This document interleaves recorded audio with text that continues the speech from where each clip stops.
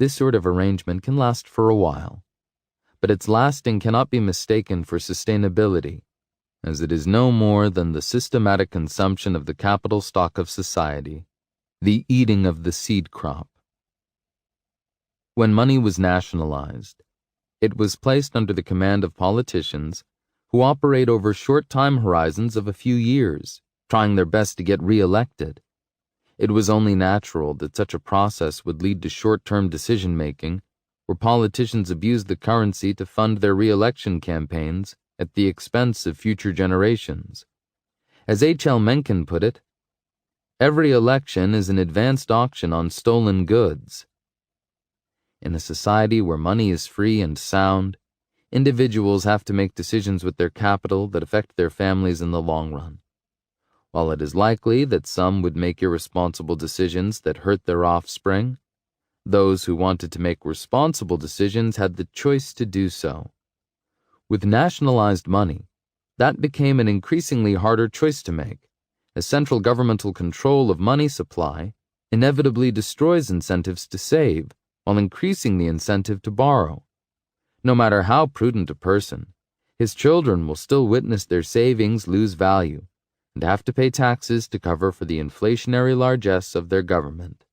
As the reduction in intergenerational inheritance has reduced the strength of the family as a unit, government's unlimited checkbook has increased its ability to direct and shape the lives of people, allowing it an increasingly important role to play in more aspects of individuals' lives. The family's ability to finance the individual has been eclipsed by the state's largesse, resulting in declining incentives for maintaining a family. In a traditional society, individuals are aware that they will need children to support them in the future, and so will spend their healthy young years starting a family and investing in giving their children the best life possible. But if long-term investment in general is disincentivized, if saving is likely to be counterproductive as money depreciates, this investment becomes less profitable. Further, as politicians sell people the lie that eternal welfare and retirement benefits are possible through the magic of the monetary printing press, the investment in a family becomes less and less valuable. Over time, the incentive to start a family declines, and more people end up leading single lives. More marriages are likely to break down as partners are less likely to put in the necessary emotional, moral, and financial investment to make them work, while marriages that do survive will likely produce fewer children. The well-known phenomenon of the modern breakdown of the family cannot be understood without recognizing the role of unsound money, allowing the state to appropriate many of the essential roles that the family has played for millennia, and reducing the incentive of all members of a family to invest in long-term familial relations. Substituting the family with government largesse has arguably been a losing trade for individuals who have partaken in it. Several studies show that life satisfaction depends to a large degree on establishing intimate long-term familial bonds with a partner and children. Many studies also show that rates of depression and psychological diseases are rising over time as the family breaks down, particularly for women. Cases of depression and psychological disorders very frequently have family breakdown as a leading cause. It is no coincidence that the breakdown of the family has come about through the implementation of the economic teachings of a man who never had any interest in the long term. A son of a rich family that had accumulated significant capital over generations, Keynes was a libertine hedonist who wasted most of his adult life engaging in sexual relationships with children, including traveling around the Mediterranean to visit children's brothels.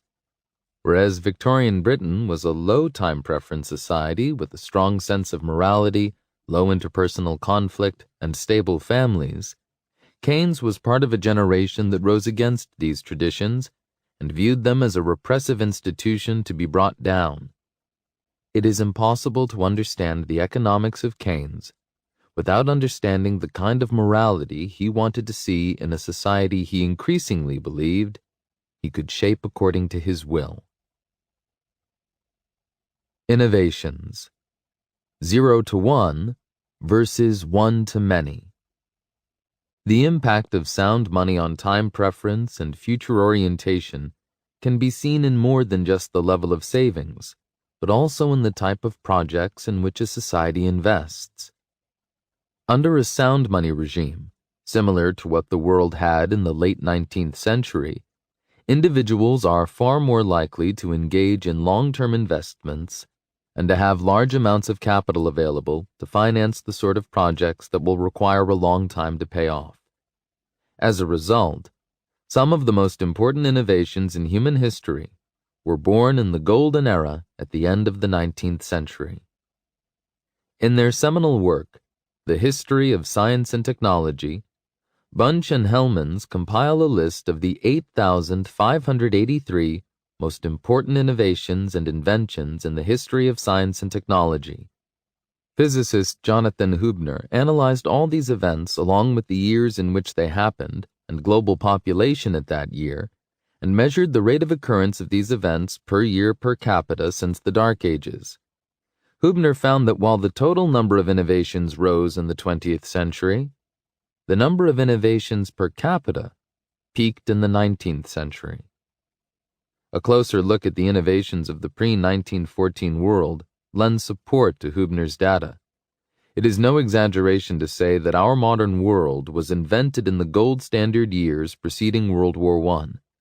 The 20th century was the century that refined, improved, optimized, economized, and popularized the inventions of the 19th century.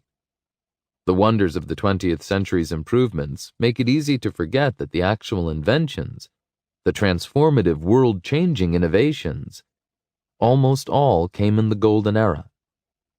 In his popular book, From Zero to One, Peter Thiel discusses the impact of the visionaries who create a new world by producing the first successful example of a new technology. The move from having 0 to 1, successful example of a technology, as he terms it, is the hardest and most significant step in an invention, whereas the move from one to many is a matter of scaling, marketing, and optimization. Those of us who are enamored with the concept of progress might find it hard to swallow the fact that the world of sound money pre-1914 was the world of 0 to 1, whereas the post-1914 world of government-produced money is the world of moving from one to many. There is nothing wrong with the move from one to many, but it certainly gives us plenty of food for thought to consider why we do not have many more 0 to 1 transformations under our modern monetary system. The majority of the technology we use in our modern life was invented in the 19th century under the gold standard, financed with the ever-growing stock of capital accumulated by savers storing their wealth in a sound money and store of value which did not depreciate quickly. A summary of some of the most important innovations of the period is provided here. Hot and cold running water, indoor toilets, plumbing, central heating. These inventions, taken for granted today by anyone living in a civilized society, are the difference between life and death for most of us. They have been the main factor in the elimination of most infectious diseases across the globe, and allowed for the growth of urban areas without the ever-present scourge of diseases. Electricity, internal combustion engine, mass production. Our modern industrial society was built around the growth and utilization of hydrocarbon energy, without which none of the trappings of modern civilization would be possible. These foundational technologies of energy and industry were invented in the 19th century. Automobile, airplane, city subway, electric elevator. We have La Belle Époque to thank for our city's streets not being littered with horse manure, and for our ability to travel around the world.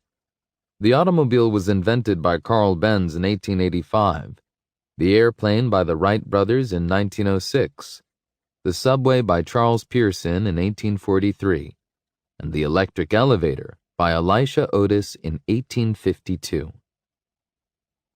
Heart surgery, organ transplant, appendectomy, baby incubator, radiation therapy, anesthetics, aspirin, blood types and blood transfusions, vitamins, electrocardiograph, Stethoscope. Surgery and modern medicine owe their most significant advances to La Belle Époque as well. The introduction of modern sanitation and reliable hydrocarbon energy allowed doctors to transform the way they cared for their patients after centuries of largely counterproductive measures. Petroleum-derived chemicals, stainless steel, nitrogen-based fertilizers. The industrial substances and materials which make our modern life possible all derive from the transformative innovations of La Belle Époque, which allowed for mass industrialization as well as mass agriculture. Plastics and everything that comes from them are a product of the utilization of petroleum-derived chemicals. Telephone, wireless telegraphy, voice recording, color photography, movies. While we like to think of our modern era as being the era of mass telecommunication, in reality, most of what we have achieved in the 20th century was to improve on the innovations of the 19th. The first computer was the Babbage computer, designed in 1833 by Charles Babbage, but completed by his son Henry in 1888. It might be an exaggeration to say that the Internet and all it contains are bells and whistles added on to the invention of the telegraph in 1843, but it does contain a kernel of truth. It was the telegraph which fundamentally transformed human society by allowing for communication without the need for the physical transport of letters or messengers. That was telecommunication 0 to 1 moment, and everything that followed, for all its wonders, has been a one-to-many improvement. Artistic flourishing. The contributions of sound money to human flourishing are not restricted to scientific and technological advance. They can also be vividly seen in the art world. It is no coincidence that Florentine and Venetian artists were the leaders of the Renaissance, as these were the two cities which led Europe in the adoption of sound money. The Baroque, Neoclassical, Romantic, Realistic, and Post-Impressionistic schools were all financed by wealthy patrons holding sound money with a very low time preference and the patience to wait for years or even decades for the completion of masterpieces meant to survive for centuries. The astonishing domes of Europe's churches, built and decorated over decades of inspired, meticulous work by incomparable architects and artists like Filippo Brunelleschi and Michelangelo, were all financed with sound money by patrons with very low time preference. The only way to impress these patrons was to build artwork that would last long enough to immortalize their names as the owners of great collections and patrons of great artists. This is why Florence's Medicis are perhaps better remembered for their patronage of the arts than for their innovations in banking and finance, though the latter may be far more consequential. Similarly, the musical works of Bach, Mozart, Beethoven, and the composers of the Renaissance, Classical, and Romantic eras put to shame today's animalistic noises recorded in batches of a few minutes, churned out by the ton, by studios profiting from selling to man the titillation of his basest instincts. Whereas the music of the Golden Era spoke to man's soul and awakened him to think of higher callings than the mundane grind of daily life, today's musical noises speak to man's most base animalistic instincts, distracting him from the realities of life by inviting him to indulge in immediate sensory pleasures with no concern for long-term consequences or anything more profound. It was hard money that financed Bach's Brandenburg concertos, while easy money financed Miley Cyrus's twerks.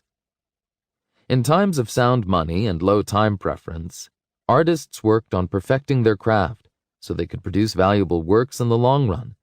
They spent years learning the intricate details and techniques of their work, perfecting it, and excelling in developing it beyond the capabilities of others, to the astonishment of their patrons and the general public.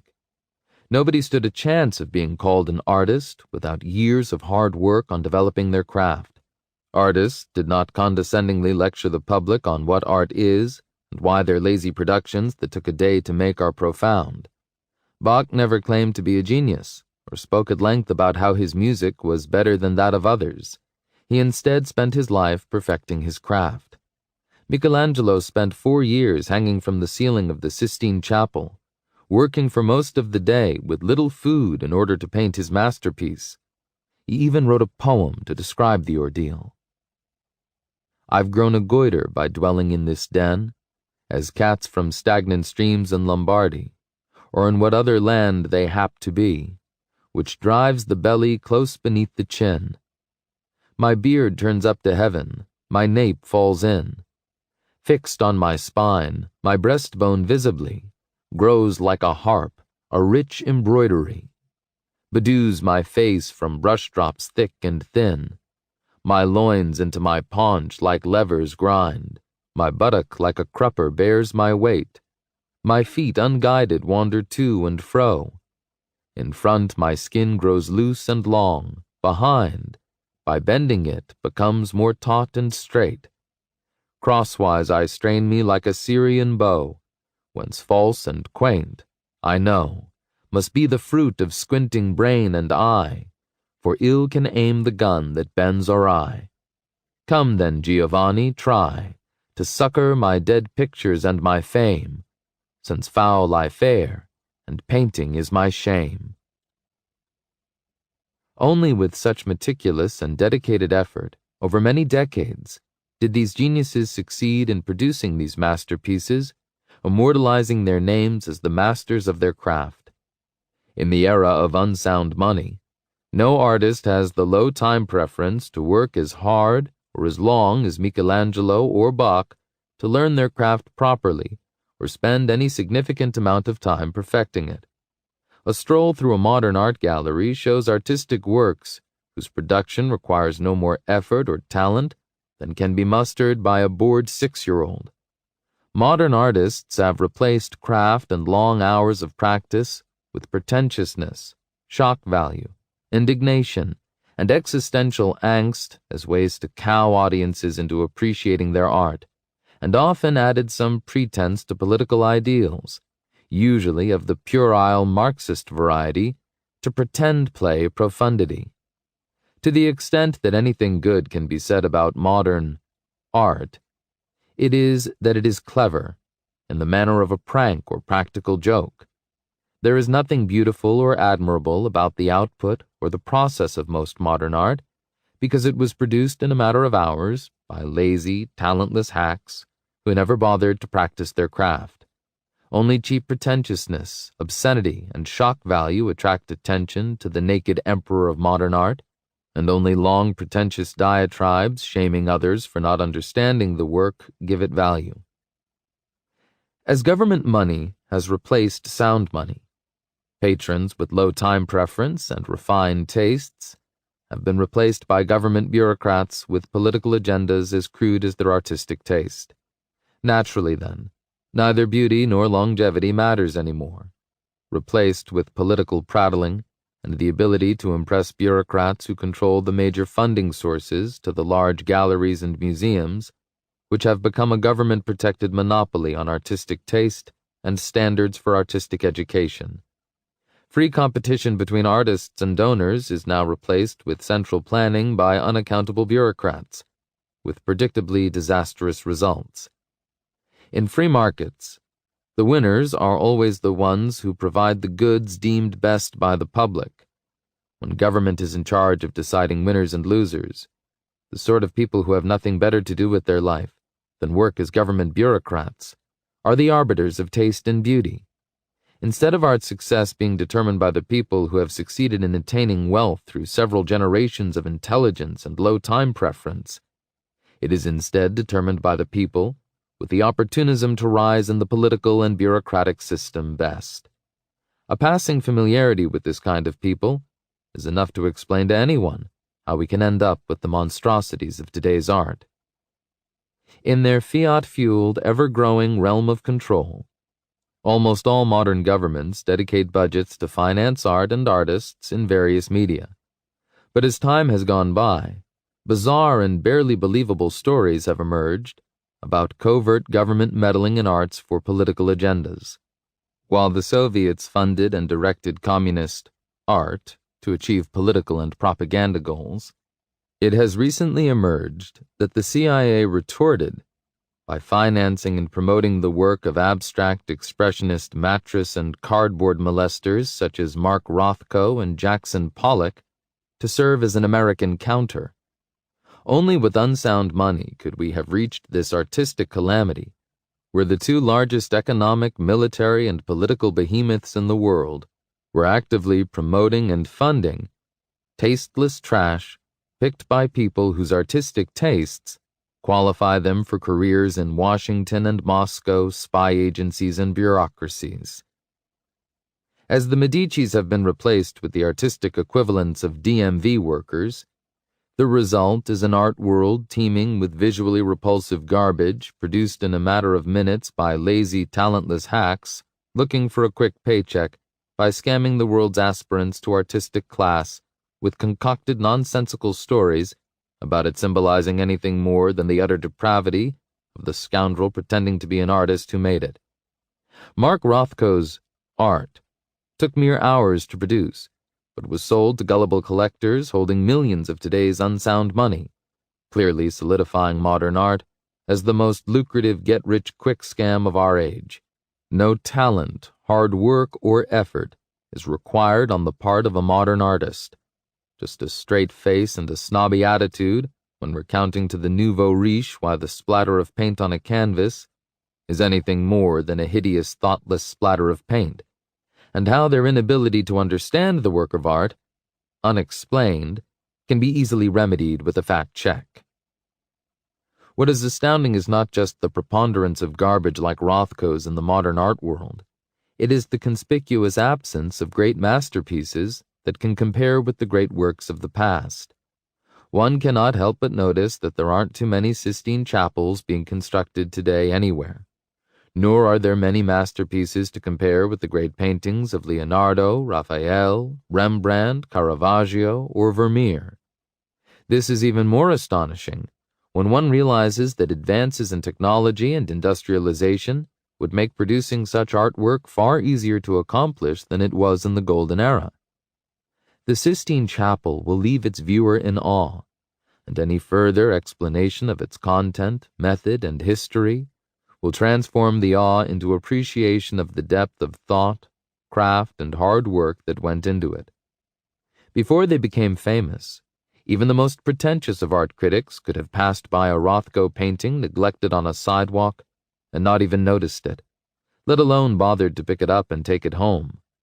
Only after a circle jerk of critics have spent endless hours pontificating to promote this work will the hangers-on and aspirant nouveau riche begin to pretend there is deeper meaning to it and spend modern, unsound money on it. Several stories have surfaced over the years of pranksters leaving random objects in modern art museums, only for modern art lovers to swarm around them in admiration, illustrating the utter vacuity of our era's artistic tastes.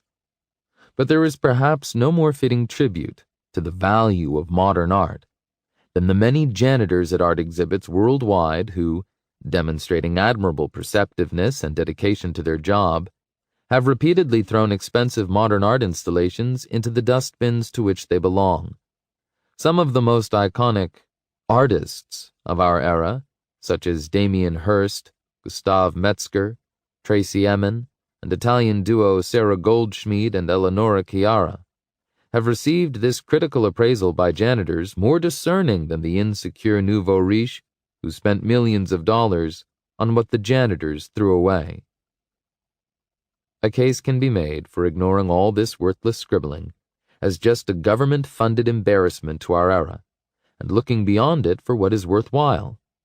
Nobody, after all, would judge a country like America by the behavior of its incompetent DMV employees napping on their shifts as they take out their frustrations on their hapless customers.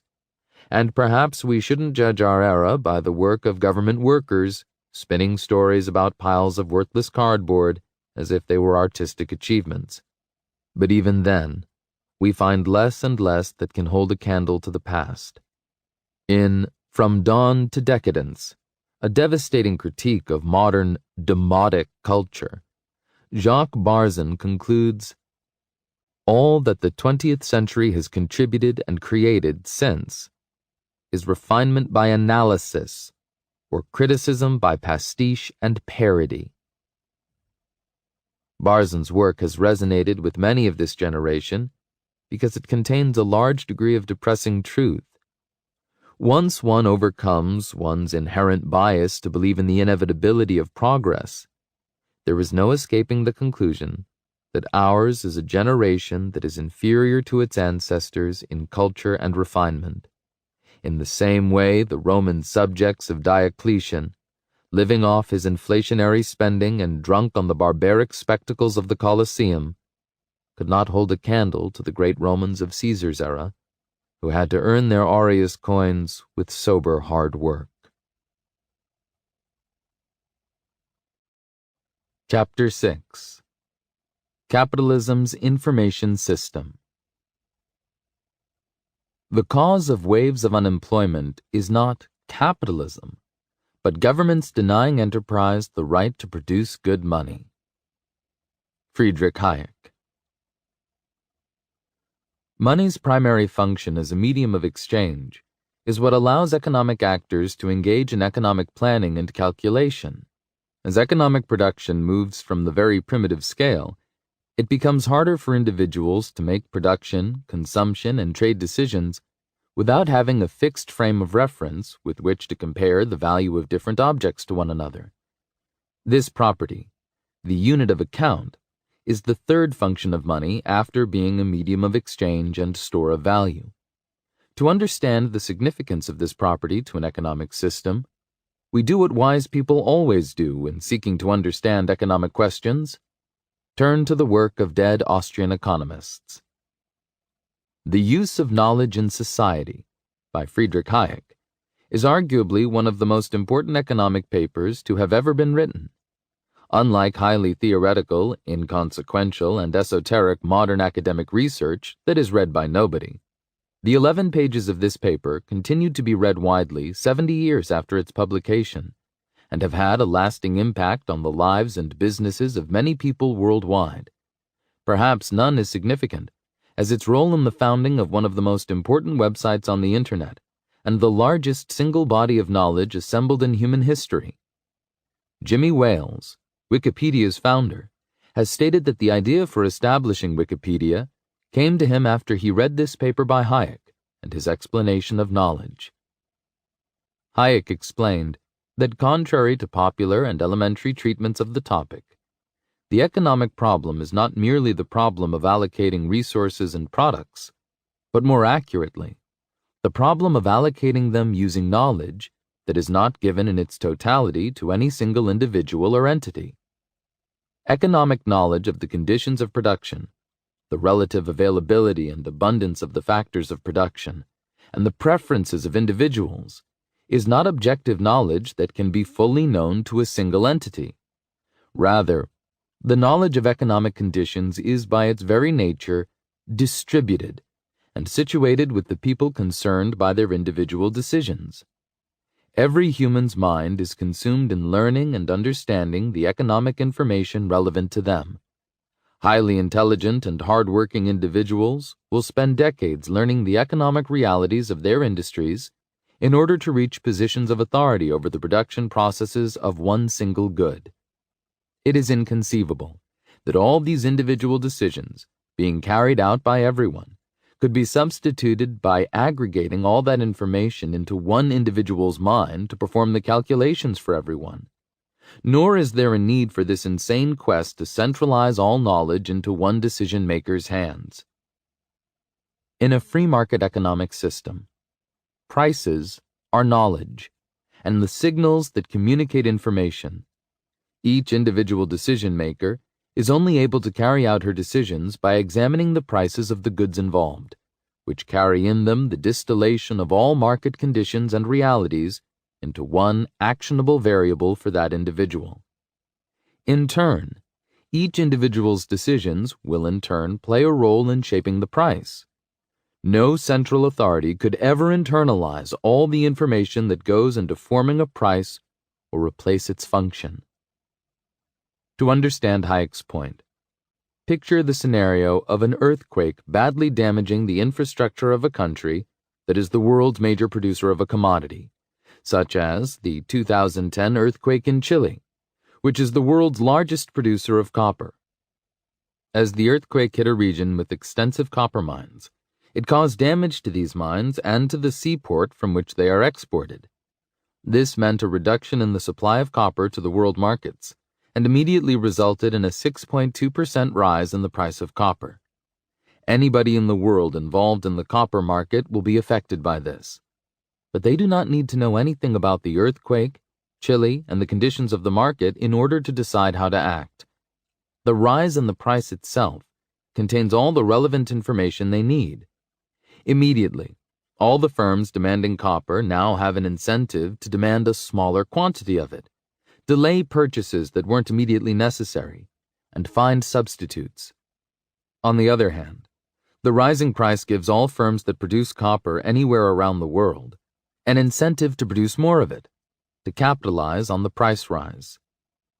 With the simple increase in the price, everyone involved in the copper industry around the world now has the incentive to act in a way that alleviates the negative consequences of the earthquake. Other producers supply more, while consumers demand less. As a result, the shortage caused by the earthquake is not as devastating as it could be, and the extra revenue from the rising prices can help the miners rebuild their infrastructure. Within a few days, the price was back to normal. As global markets have become more integrated and larger, such individual disruptions are becoming less impactful than ever, as market makers have the depth and liquidity to get around them quickly with the least disruption. To understand the power of prices as a method of communicating knowledge, imagine that the day before the earthquake, the entirety of the global copper industry stopped being a market institution and was instead given over to be under the command of a specialized agency, meaning production is allocated without any recourse to prices. How would such an agency react to the earthquake? Of all the many copper producers worldwide, how would they decide which producers should increase their production and by how much? In a price system, each firm's own management will look at the prices of copper and the prices of all inputs into its production and come up with an answer to the most efficient new level of production. Many professionals work for decades in a firm to arrive at these answers with the help of prices, and they know their own firm far more than the central planners, who cannot resort to prices. Further, how will the planners decide on which consumers of copper should reduce their consumption and by how much, when there are no prices allowing these consumers to reveal their preferences? No matter how much objective data and knowledge the agency might collect, it can never know all the dispersed knowledge that bears on the decisions that each individual carries out, and that includes their own preferences and valuations of objects. Prices, then, are not simply a tool to allow capitalists to profit. They are the information system of economic production, communicating knowledge across the world and coordinating the complex processes of production. Any economic system that tries to dispense with prices will cause the complete breakdown of economic activity and bring a human society back to a primitive state. Prices are the only mechanism that allows trade and specialization to occur in a market economy. Without resort to prices, humans could not benefit from the division of labor and specialization beyond some very primitive small scale. Trade allows producers to increase their living standards through specialization in the goods in which they have a comparative advantage, goods which they can produce at a lower relative cost.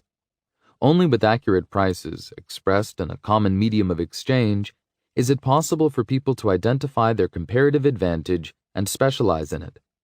Specialization itself, guided by price signals, will lead to producers further improving their efficiency in the production of these goods through learning by doing, and more importantly, accumulating capital specific to it. In fact, even without inherent differences in the relative costs, specialization would allow each producer to accumulate capital relevant to their production and thus increase their marginal productivity in it, allowing them to decrease their marginal cost of production and trade with those who accumulate capital to specialize in other goods. Capital Markets Socialism. While most understand the importance of the price system to the division of labor, few get the crucial role it plays in capital accumulation and allocation, for which we need to turn to the work of Mises.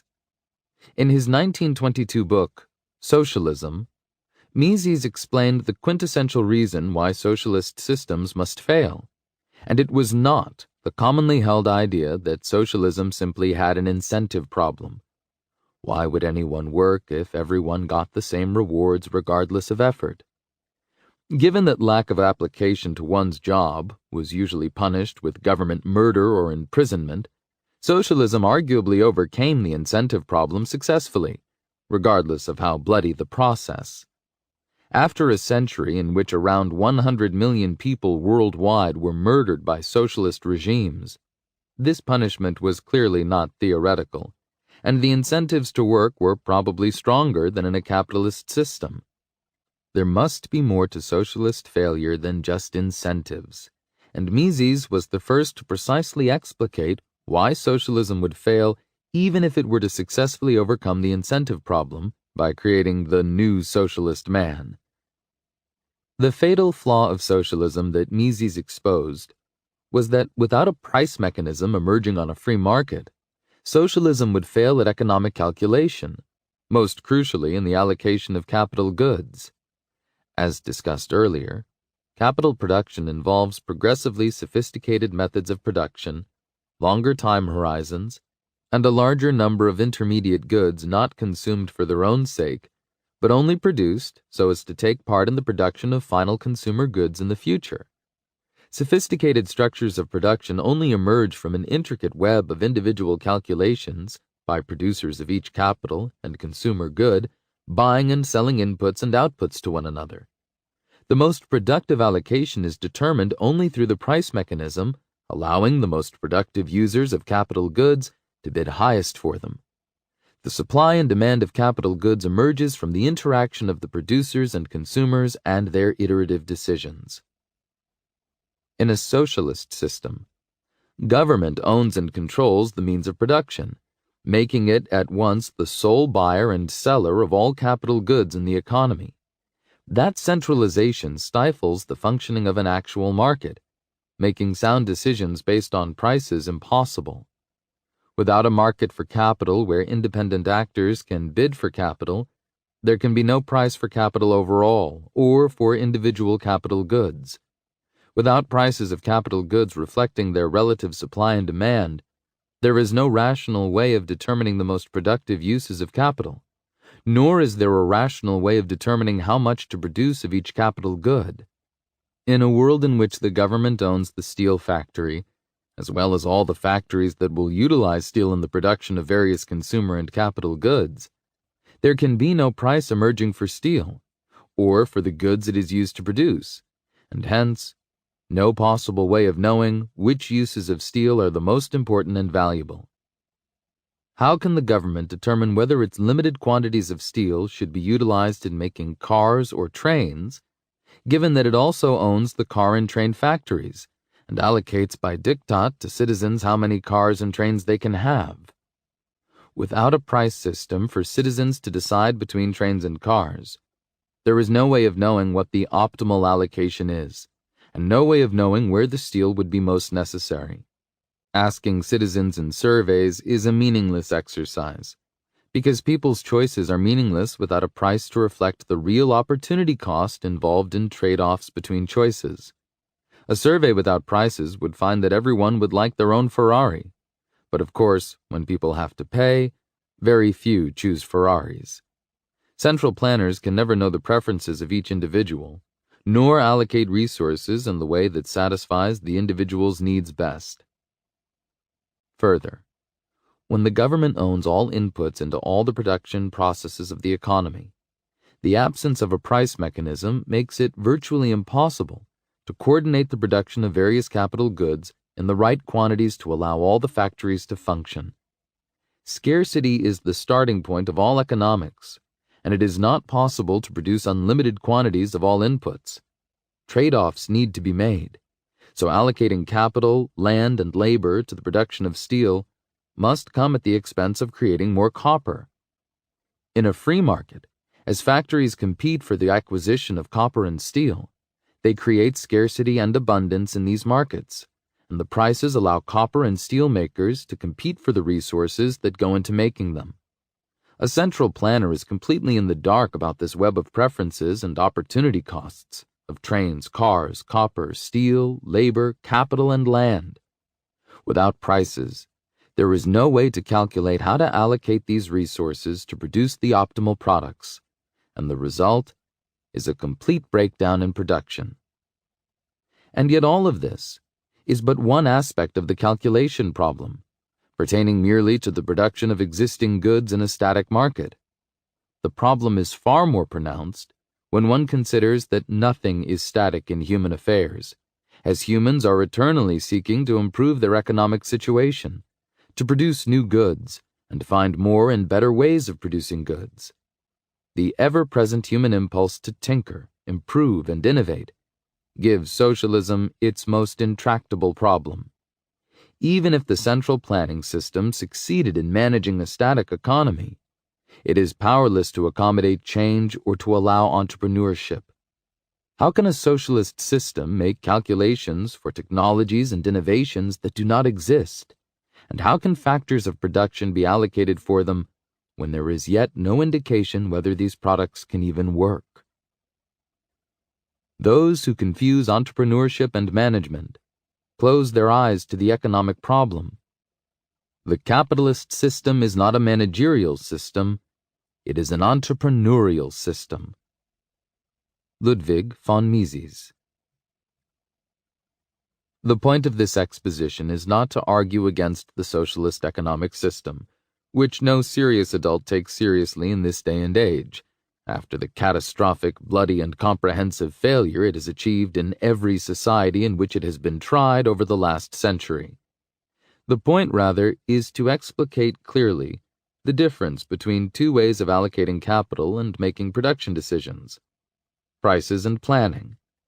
While most of the world's countries today do not have a central planning board responsible for the direct allocation of capital goods, it is nonetheless the case in every country in the world that there is a central planning board for the most important market of all, the market for capital.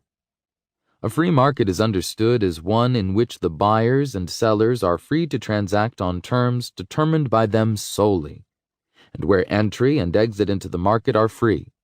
No third parties restrict sellers or buyers from entering the market, and no third parties stand to subsidize buyers and sellers who cannot transact in the market. No country in the world has a capital market that has these characteristics today.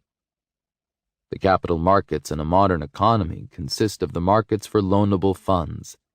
As the structure of production becomes more complicated and long-term, individuals no longer invest their savings themselves, but lend them out, through various institutions, to businesses specialized in production. The interest rate is the price that the lender receives for lending their funds, and the price that the borrower pays to obtain them. In a free market for loanable funds, the quantity of these funds supplied, like all supply curves, rises as the interest rate rises. In other words, the higher the interest rate, the more people are inclined to save and offer their savings to entrepreneurs and firms. The demand for loans, on the other hand, is negatively related to the interest rate, meaning that entrepreneurs and firms will want to borrow less when the interest rate rises. The interest rate in a free market for capital is positive because people's positive time preference means that nobody would part with money unless he could receive more of it in the future. A society with a lot of individuals with low time preference is likely to have plenty of savings, bringing the interest rate down and providing for plenty of capital for firms to invest, generating significant economic growth for the future. As a society's time preference increases, people are less likely to save, interest rates would be high, and producers find less capital to borrow. Societies that live in peace and have secure property rights and a large degree of economic freedom are likely to have low time preference as they provide a strong incentive for individuals to discount their future less. Another Austrian economist, Eugen von Bohm-Bawerk, even argued that the interest rate in a nation reflected its cultural level. The higher a people's intelligence and moral strength, the more they save, and the lower the rate of interest.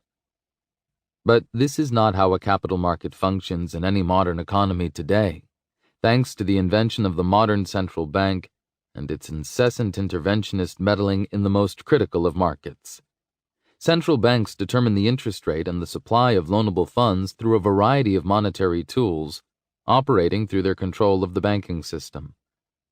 A fundamental fact to understand about the modern financial system is that banks create money whenever they engage in lending. In a fractional reserve banking system similar to the one present all over the world today, banks not only lend the savings of their customers, but also their demand deposits. In other words, the depositor can call on the money at any time, while a large percentage of that money has been issued as a loan to a borrower. By giving the money to the borrower, while keeping it available to the depositor, the bank effectively creates new money, and that results in an increase in the money supply. This underlies the relationship between money supply and interest rates. When interest rates drop, there is an increase in lending, which leads to an increase in money creation and a rise in the money supply. On the other hand, a rise in interest rates causes a reduction in lending and contraction in the money supply, or at least a reduction in the rate of its growth. Business cycles and financial crises. Whereas in a free market for capital, the supply of loanable funds is determined by the market participants, who decide to lend based on the interest rate, in an economy with a central bank and fractional reserve banking, the supply of loanable funds is directed by a committee of economists under the influence of politicians, bankers, TV pundits, and sometimes, most spectacularly, military generals. Any passing familiarity with economics will make the dangers of price controls clear and discernible. Should a government decide to set the price of apples and prevent it from moving, the outcome will be either a shortage or a surplus and large losses to society overall from overproduction or underproduction. In the capital markets, something similar happens, but the effects are far more devastating as they affect every sector of the economy, because capital is involved in the production of every economic good.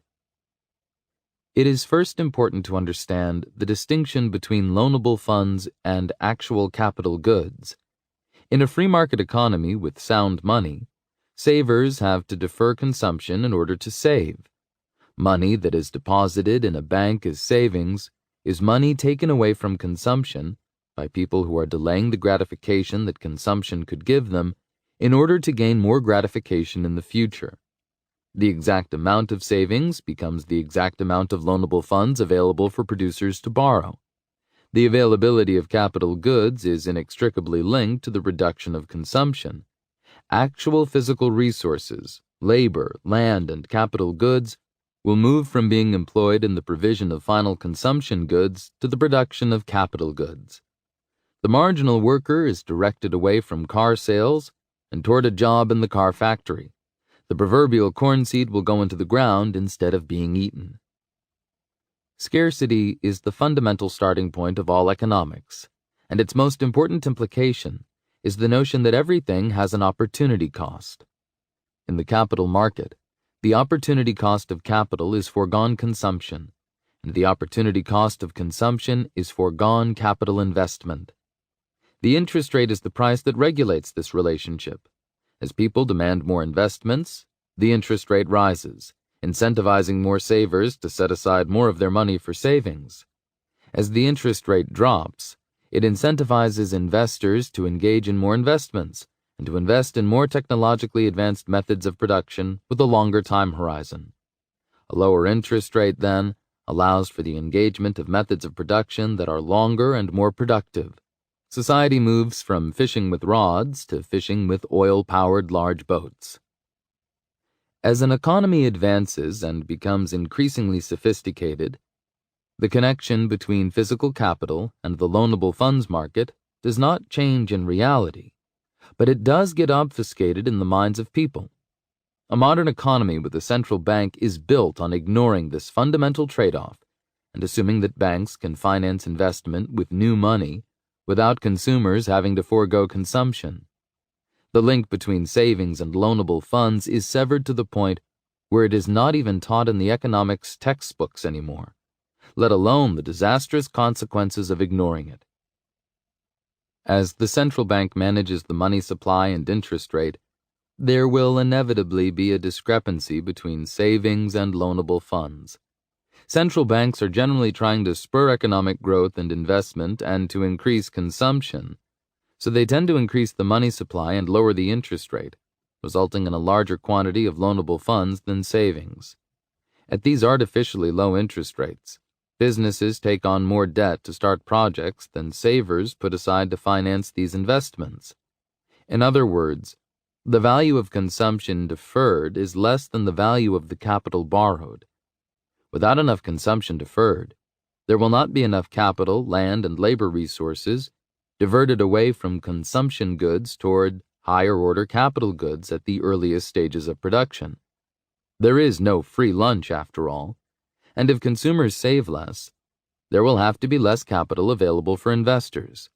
Creating new pieces of paper and digital entries to paper over the deficiency in savings does not magically increase society's physical capital stock. It only devalues the existing money supply and distorts prices. This shortage of capital is not immediately apparent because banks and the central bank can issue enough money for the borrowers. That is, after all, the main perk of using unsound money. In an economy with sound money, such manipulation of the price of capital would be impossible.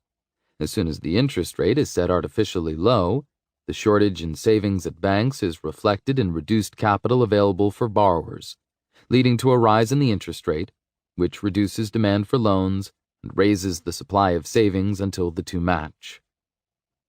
Unsound money makes such manipulation possible, but only for a short while, of course, as reality cannot be deceived forever.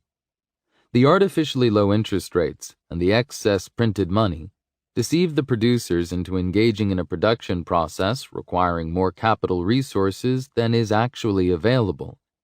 The excess money, backed by no actual deferred consumption, initially makes more producers borrow, operating under the delusion that the money will allow them to buy all the capital goods necessary for their production process.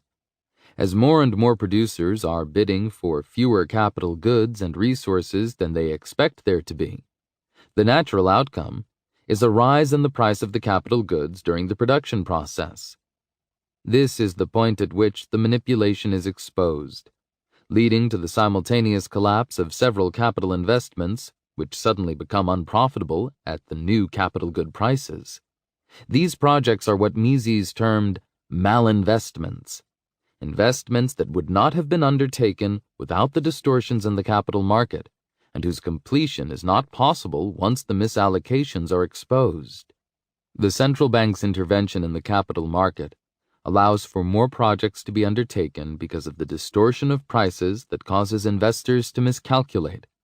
But the central bank's intervention cannot increase the amount of actual capital available, so these extra projects are not completed and become an unnecessary waste of capital. The suspension of these projects at the same time causes a rise in unemployment across the economy. This economy-wide simultaneous failure of overextended businesses is what is referred to as a recession. Only with an understanding of the capital structure and how interest rate manipulation destroys the incentive for capital accumulation can one understand the causes of recessions and the swings of the business cycle. The business cycle is the natural result of the manipulation of the interest rate distorting the market for capital by making investors imagine they can attain more capital than is available with the unsound money they have been given by the banks. Contrary to Keynesian animist mythology, business cycles are not mystic phenomena caused by flagging animal spirits, whose cause is to be ignored as central bankers seek to try to engineer recovery. Economic logic clearly shows how recessions are the inevitable outcome of interest rate manipulation, in the same way shortages are the inevitable outcome of price ceilings. An analogy can be borrowed from Mises's work and embellished to illustrate the point. Imagine the capital stock of a society as building bricks, and the central bank as a contractor responsible for constructing them into houses. Each house requires 10,000 bricks to construct, and the developer is looking for a contractor who will be able to build 100 houses, requiring a total of 1 million. But a Keynesian contractor, eager to win the contract, realizes his chances of winning the contract will be enhanced if he can submit a tender promising to build 120 of the same house, while only requiring 800,000 bricks. This is the equivalent of the interest rate manipulation. It reduces the supply of capital while increasing the demand for it. In reality, the 120 houses will require 1.2 million bricks, but there are only 800,000 available. The 800,000 bricks are sufficient to begin the construction of the 120 houses, but they are not sufficient to complete them. As the construction begins, the developer is very happy to see 20% more houses for 80% of the cost, thanks to the wonders of Keynesian engineering, which leads him to spend the 20% of the cost he saved on buying himself a new yacht. But the ruse cannot last, as it will eventually become apparent that the houses cannot be completed, and the construction must come to a halt. Not only has the contractor failed to deliver 120 houses, he will have failed to deliver any houses whatsoever, and instead, he's left the developer with 120 half-houses, effectively useless piles of bricks with no roofs. The contractor's ruse reduced the capital spent by the developer and resulted in the construction of fewer houses than would have been possible with accurate price signals. The developer would have had 100 houses if he went with an honest contractor. By going with a Keynesian contractor who distorts the numbers, the developer continues to waste his capital for as long as the capital is being allocated on a plan with no basis in reality. If the contractor realizes the mistake early on, the capital wasted on starting 120 houses might be very little, and a new contractor will be able to take the remaining bricks and use them to produce 90 houses. If the developer remains ignorant of the reality until the capital runs out, he will only have 120 unfinished homes that are worthless, as nobody will pay to live in a roofless house.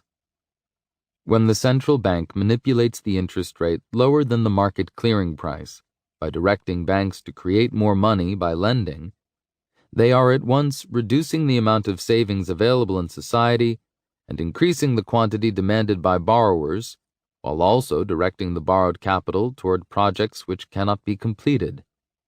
Hence, the more unsound the form of money, and the easier it is for central banks to manipulate interest rates, the more severe the business cycles are. Monetary history testifies to how much more severe business cycles and recessions are when the money supply is manipulated than when it isn't. While most people imagine that socialist societies are a thing of the past, and that market systems rule capitalist economies, the reality is that a capitalist system cannot function without a free market in capital, where the price of capital emerges through the interaction of supply and demand, and the decisions of capitalists are driven by accurate price signals. The central bank's meddling in the capital market is the root of all recessions and all the crises which most politicians, journalists, academics, and leftist activists like to blame on capitalism. Only through the central planning of the money supply can the price mechanism of the capital markets be corrupted to cause wide disruptions in the economy. Whenever a government has started on the path of inflating the money supply, there is no escaping the negative consequences. If the central bank stops the inflation, interest rates rise, and a recession follows, as many of the projects that were started are exposed as unprofitable and have to be abandoned, exposing the misallocation of resources and capital that took place. If the central bank were to continue its inflationary process indefinitely, it would just increase the scale of misallocations in the economy, wasting even more capital and making the inevitable recession even more painful. There is no escape from paying a hefty bill for the supposed free lunch that the Keynesian cranks foisted upon us.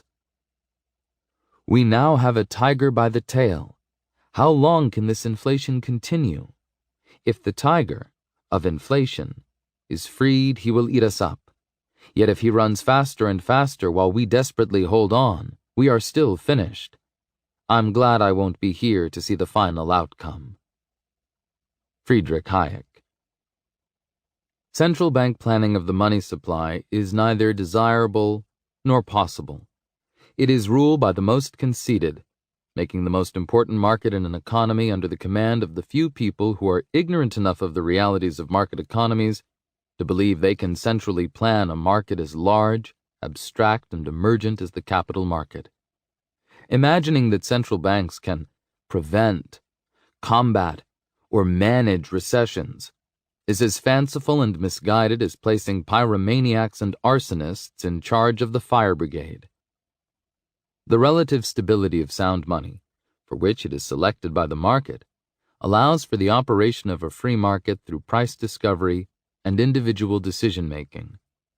Unsound money, whose supply is centrally planned, cannot allow for the emergence of accurate price signals because it is by its very nature controlled.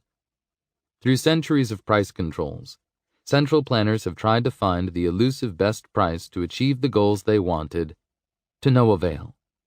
The reason that price controls must fail is not that the central planners cannot pick the right price, but rather that by merely imposing a price, any price, they prevent the market process from allowing prices to coordinate consumption and production decisions among market participants, resulting in inevitable shortages or surpluses. Equivalently, central planning of credit markets must fail because it destroys markets' mechanisms for price discovery, providing market participants with the accurate signals and incentives to manage their consumption and production. The form of failure that capital market central planning takes is the boom and bust cycle, as explained in Austrian business cycle theory. It is thus no wonder that this dysfunction is treated as a normal part of market economies, because after all, in the minds of modern economists, a central bank controlling interest rates is a normal part of a modern market economy. The track record of central banks in this area has been quite abject, especially when compared to periods with no central planning and directing of the money supply. Established in 1914, the U.S. Federal Reserve was in charge of a sharp contraction in reserves in 1920 to 1921, and then the sharp bust of 1929, whose fallout lasted until the end of 1945. From then on, economic depressions became a regular and painful part of the economy, recurring every few years and providing justification for growing government intervention to handle their fallout.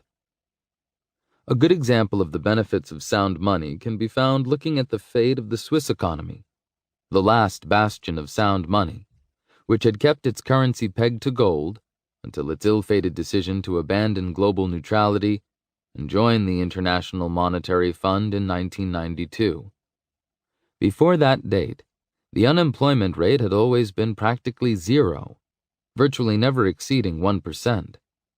After they joined the IMF, whose rules prevent governments from tying their currency's value to gold, the Swiss economy began to experience the pleasures of Keynesian funny money, with unemployment rate rising to 5% within a few years, rarely ever dropping below 2%. When comparing depressions to periods of the gold standard, it must be remembered that the gold standard in Europe and the United States in the 19th century was far from a perfect form of sound money, as there were several flaws in it. Most importantly, that banks and governments could often expand their supply of money and credit beyond the gold held in their reserves, causing booms and busts similar to those seen in the 20th century, though to a much lesser degree. With this background in mind, we can get a far clearer idea of modern monetary history than what is commonly taught in academic textbooks since the Keynesian deluge. The founding text of monetarist thought is what is considered the definitive work of U.S. monetary history, The Monetary History of the United States, by Milton Friedman and Anna Schwartz. A giant tome of 888 pages, the book is astounding in its ability to marshal endless facts, details, statistics, and analytical tools without once providing the unfortunate reader with an understanding of one key issue: the causes of financial crises and recessions. The fundamental flaw of Friedman and Schwartz's book is typical of modern academic scholarship. It is an elaborate exercise in substituting rigor for logic. The book systematically and methodically avoids ever questioning the causes of the financial crises that have affected the U.S. economy over a century, and instead inundates the reader with impressively researched data, facts, trivia, and minutiae. The central contention of the book is that recessions are the result of the government not responding quickly enough to a financial crisis, bank run, and deflationary collapse by increasing the money supply to reinflate the banking sector. It is typical of the Milton Friedman band of libertarianism in that it blames the government for an economic problem, but the flawed reasoning leads to suggesting even more government intervention as the solution. The glaring error in the book is that the authors never once discuss what causes these financial crises, bank runs, and deflationary collapses of the money supply. As we saw from the discussion of the Austrian business cycle theory, the only cause of an economy-wide recession is the inflation of the money supply in the first place. Relieved of the burden of understanding the cause, Friedman and Schwartz can then safely recommend the cause itself as the cure. Governments need to step in to aggressively recapitalize the banking system and increase liquidity at the first sign of economic recession. You can begin to see why modern economists loathe understanding logical causality so much. It would debunk almost all their solutions. Friedman and Schwartz begin their book in the year 1867, so that when analyzing the causes of the recession of 1873, they completely ignore the small matter of the U.S. government's printing of greenbacks to finance the Civil War, which was the ultimate cause of that recession. This is a pattern that will recur throughout the book. Friedman and Schwartz barely discuss the causes of the 1893 recession, alluding to a drive for silver due to gold not being sufficient to cover the monetary needs of the economy, and then inundating the reader with trivia about the recession in that year. They fail to mention the Sherman Silver Purchase Act of 1890, approved by the U.S. Congress, which required the U.S. Treasury to buy large quantities of silver with a new issue of Treasury notes. Seeing as silver had been almost entirely demonetized worldwide at that point, people who held silver or Treasury notes sought to convert them to gold, leading to a drain on the Treasury's gold reserves. Effectively, the Treasury had engaged in a large misguided dose of monetary expansionism by increasing the money supply to try to pretend that silver was still money. All that did was devalue U.S. Treasury notes, creating a financial bubble which crashed as withdrawals of gold accelerated. Any history book of the period could make this clear to anyone with a cursory understanding of monetary theory, but Friedman and Schwartz impressively avoid any mention of this. The book's treatment of the 1920 recession ignores the large dose of monetary expansion that had to happen to finance U.S. entry into World War I. Despite not mentioning it in their analysis, their data tells you that there was a 115% increase in the money stock between June 1914 and May 1920. Only 26% of that increase was due to increases in gold holdings, meaning that the rest was driven by the government, banks, and the Federal Reserve. This was the central cause of the 1920 Depression, but this too goes unmentioned.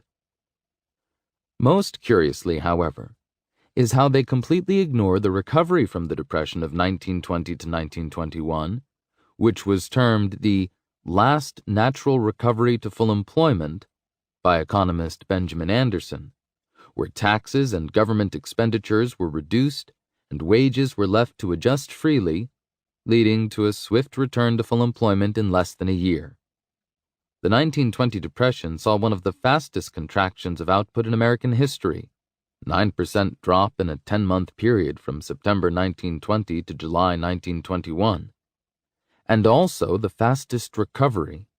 In other depressions, with Keynesians and monetarists injecting liquidity, increasing the money supply, and increasing government spending, the recovery was slower. While everyone tries to learn the lesson of the Great Depression, mainstream economics textbooks never mention the 1920 depression, and never try to learn why it is that this depression was so quick to recover. The president at the time, Warren Harding, had a strong commitment to free markets and refused to heed the call of interventionist economists. The malinvestments were liquidated, and the labor and capital employed in them was reallocated to new investments very quickly. Unemployment soon returned to normal levels precisely as a result of the absence of government intervention to deepen the distortions it had caused in the first place. This is the glaring opposite of everything Friedman and Schwartz recommend, and so it, too, does not even get a mention in their work. The most famous chapter of the book, and the only one that anyone seems to have read, is Chapter 7, which focuses on the Great Depression. The chapter begins after the stock market crash of October 1929, while Chapter 6 ends in the year 1921. The entirety of the period from 1921 to October 1929, which would have to contain any cause of the Great Depression, is not deemed worthy of a single page of the 888 pages in the book. Only briefly, Friedman and Schwartz mention that the price level had not risen too quickly during the 1920s, and thus conclude that the period was not inflationary, and so the causes of the Depression could not have been inflationary. But the 1920s witnessed very fast economic growth, which would lead to a drop in prices. There was also heavy monetary expansion, caused by the U.S. Federal Reserve attempting to help the Bank of England stem the flow of gold from its shores, which was in turn caused by the Bank of England inflating instead of letting wages adjust downward. The net effect of a rise in the money supply and fast economic growth was that the price level did not rise a lot, but that asset prices rose heavily, mainly housing and stocks.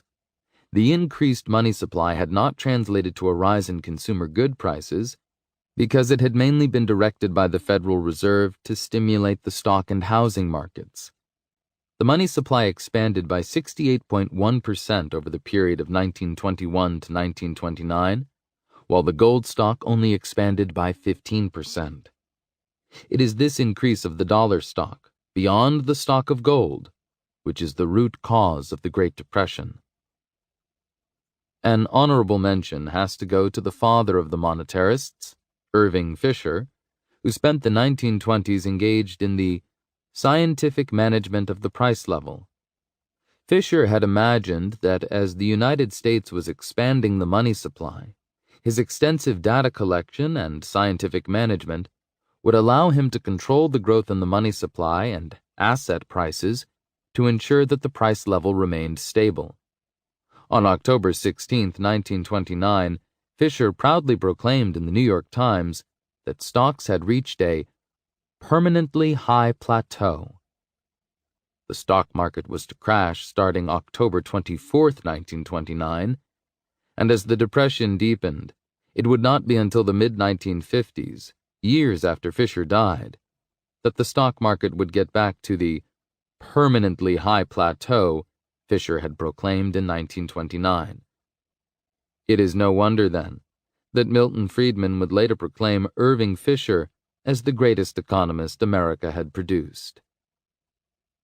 The crash resulted from the monetary expansion of the 1920s, which generated a massive bubble of illusory wealth in the stock market. As soon as the expansion slowed down, the bubble was inevitably going to burst. Once it burst, this meant a deflationary spiral where all the illusory wealth of the bubble disappears. As wealth disappears, a run on banks is inevitable, as banks struggle to meet their obligations. This exposes the problem of having a system of fractional reserve banking. It's a disaster waiting to happen. Given that, it would have been appropriate for the Fed to guarantee people's deposits. though not guarantee the losses of businesses in the stock market. Leaving the banks alone to suffer from this, allowing the liquidation to take place and prices to fall, is the only solution. It is true that this solution would have involved a painful recession, but that is exactly why the monetary expansion should not have happened in the first place. Attempting to avert the recession by pouring more liquidity into it will only exacerbate the distortions which caused the crisis in the first place. The monetary expansion created illusory wealth that misallocated resources, and that wealth must disappear for the market to go back to functioning properly with a proper price mechanism.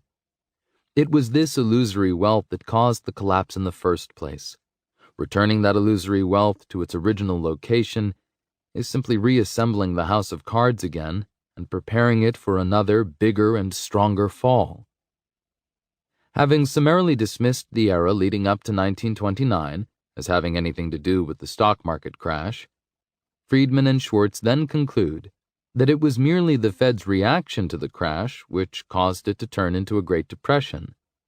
Had the Federal Reserve opened the monetary spigots to drench the banking system with liquidity, they argue, then the stock market losses would have been largely inconsequential to the wider economy, and there would not have been a larger depression.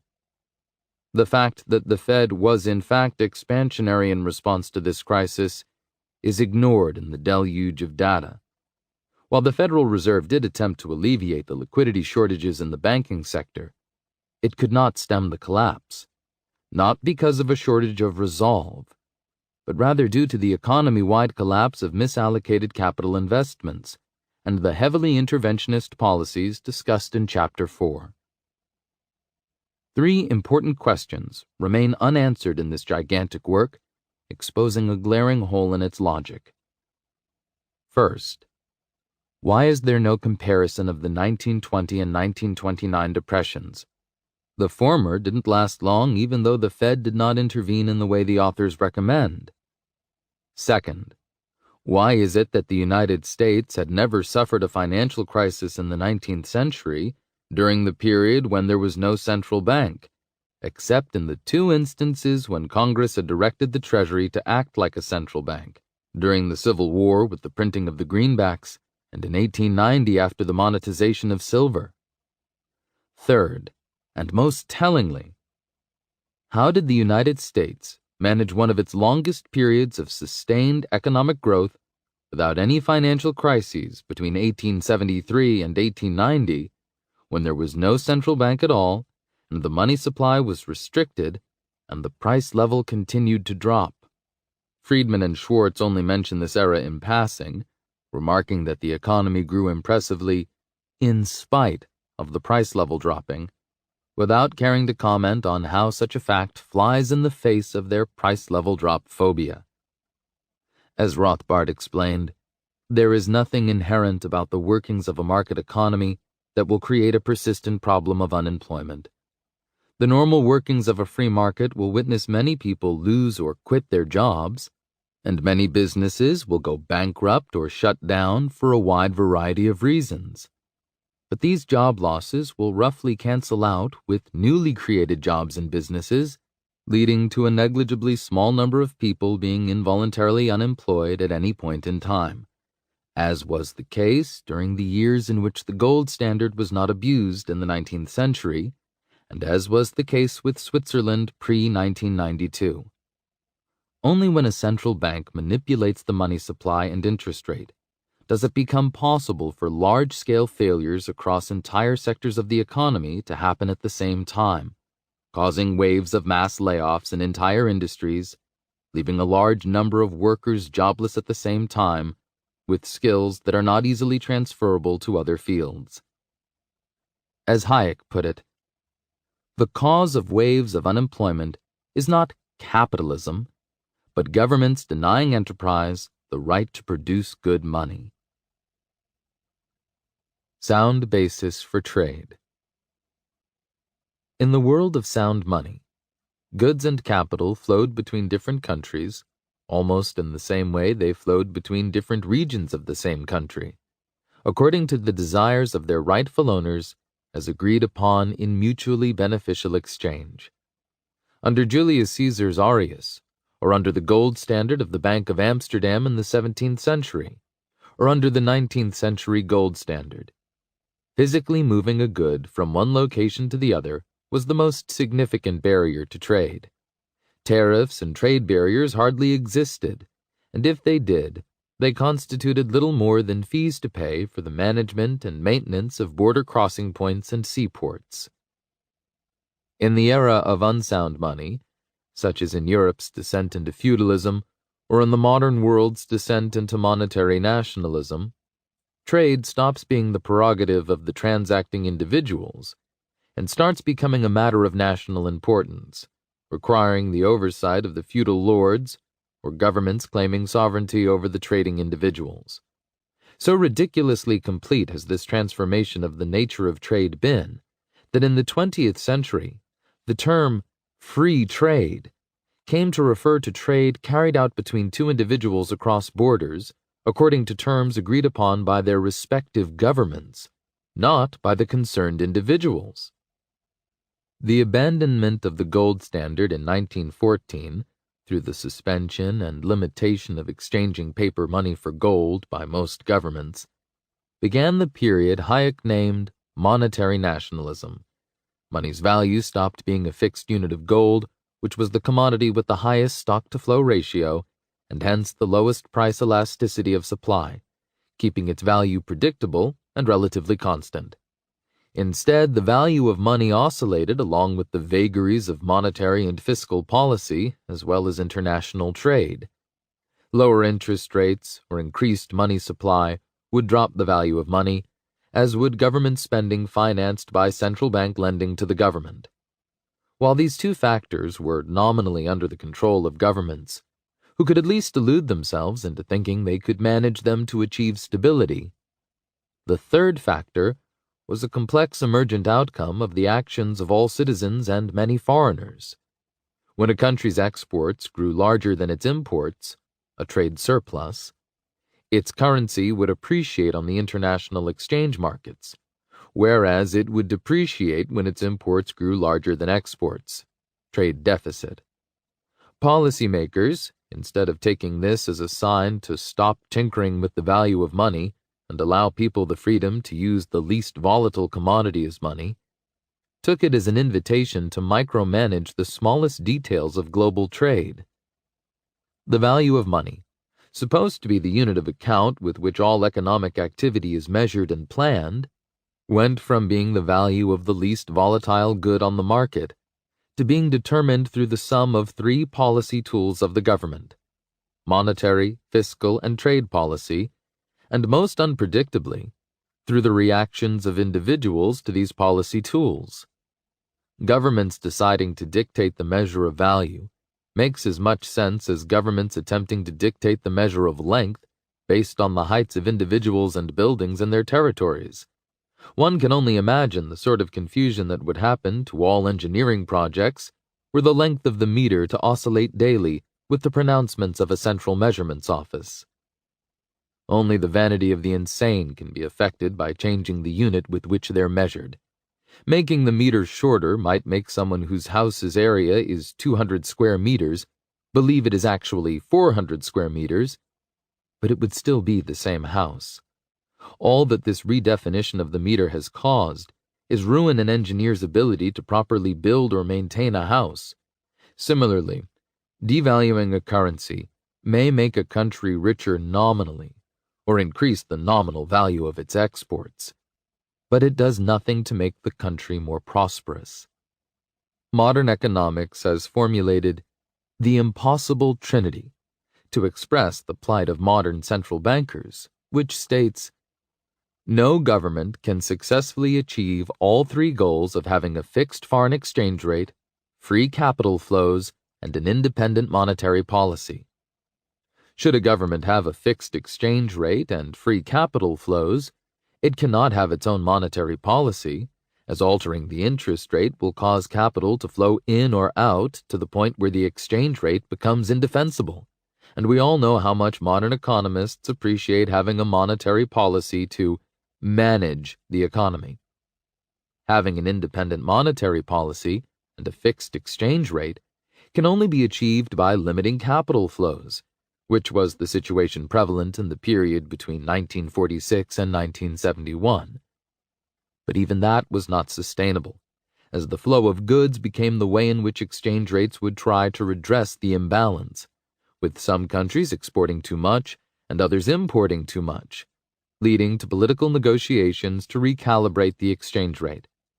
There can be no rational ground for determining the outcome of these negotiations in international organizations, as each country's government attempts to pursue its own special group's interest and will do whatever it takes to do just that. After 1971, the world predominantly moved to having an independent monetary policy and free capital flows, but floating exchange rates between currencies. This arrangement has the advantage of allowing Keynesian economists to play with their favorite tools for managing economies, while also keeping international financial institutions and large capital owners happy. It is also a huge boon for large financial institutions which have generated a foreign exchange market worth trillions of dollars a day, where currencies and their futures are trading. This arrangement is likely not to the benefit of almost everyone else, particularly for people who actually have productive enterprises that offer valuable goods to society.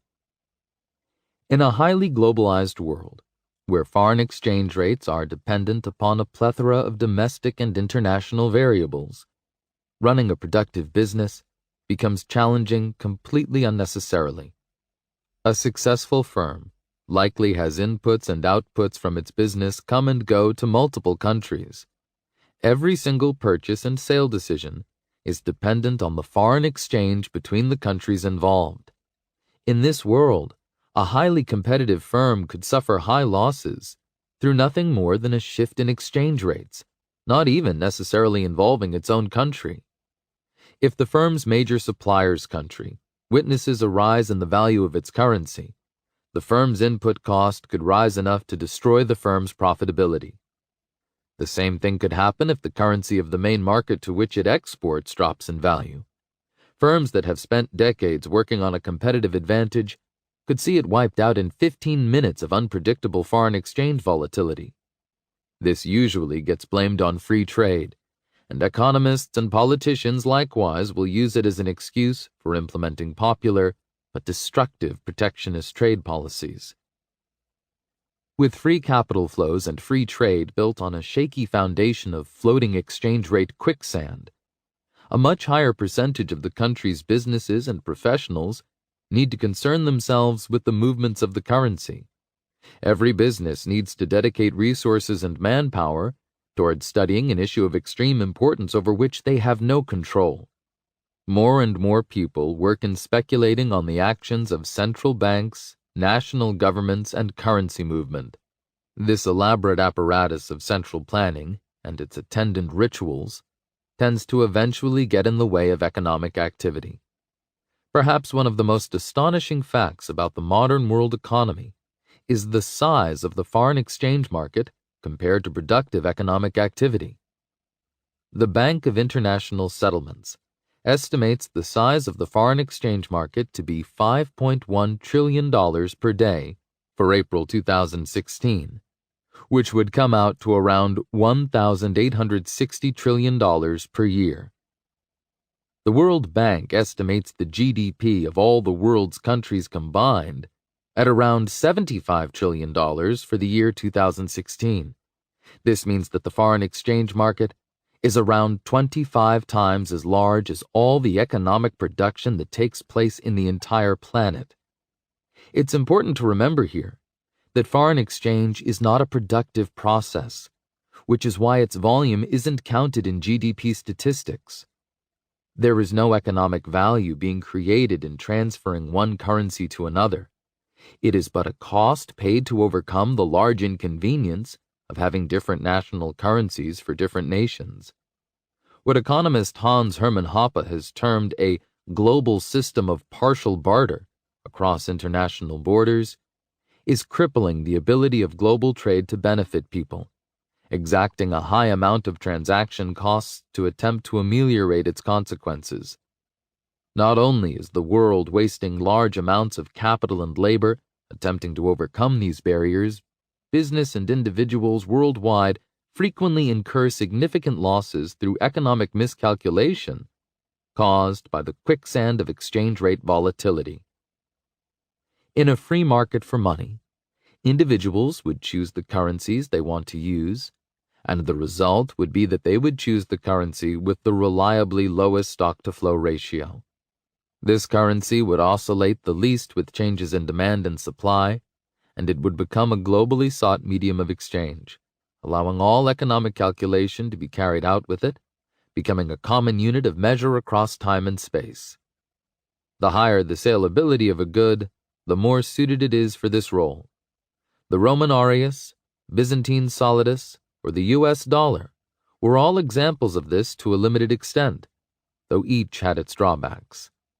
The money that came closest to this was gold in the latter years of the international gold standard, although even then, some countries and societies remained on silver or other primitive forms of money. It is an astonishing fact of modern life that an entrepreneur in the year 1900 could make global economic plans and calculations all denominated in any international currency with no thought whatsoever given to exchange rate fluctuations.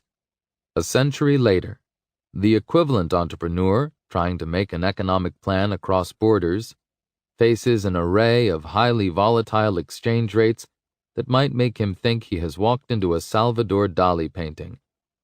Any sane analyst looking at this mess would conclude it would be best to just tie the value of money to gold again and be rid of this juggling act, thus solving the impossible trinity by eliminating the need for government-controlled monetary policy and having free capital movement and free trade. This would at once create economic stability and free up a large amount of capital and resources to the production of valuable goods and services, rather than speculation on complex exchange rate oscillations. Unfortunately, however, the people in charge of the current monetary system have a vested interest in it continuing, and have thus preferred to try to find ways to manage it, and to find ever more creative ways of vilifying and dismissing the gold standard. This is entirely understandable, given their jobs depend on a government having access to a printing press to reward them. The combination of floating exchange rates and Keynesian ideology has given our world the entirely modern phenomenon of currency wars.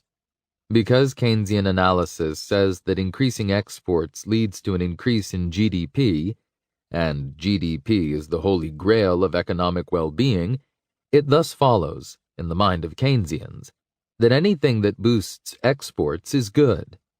Because a devalued currency makes exports cheaper, any country facing an economic slowdown can boost its GDP and employment by devaluing its currency and increasing its exports. There are many things wrong with this worldview. Reducing the value of the currency does nothing to increase the competitiveness of the industries in real terms. Instead, it only creates a one-time discount on their outputs, thus offering them to foreigners at a lower price than locals, impoverishing locals, and subsidizing foreigners. It also makes all the country's assets cheaper for foreigners, allowing them to come in and purchase land, capital, and resources in the country at a discount. In a liberal economic order, there is nothing wrong with foreigners buying local assets. But in a Keynesian economic order, foreigners are actively subsidized to come buy the country at a discount. Further, economic history shows that the most successful economies of the post-war era, such as Germany, Japan, and Switzerland, grew their exports significantly as their currency continued to appreciate.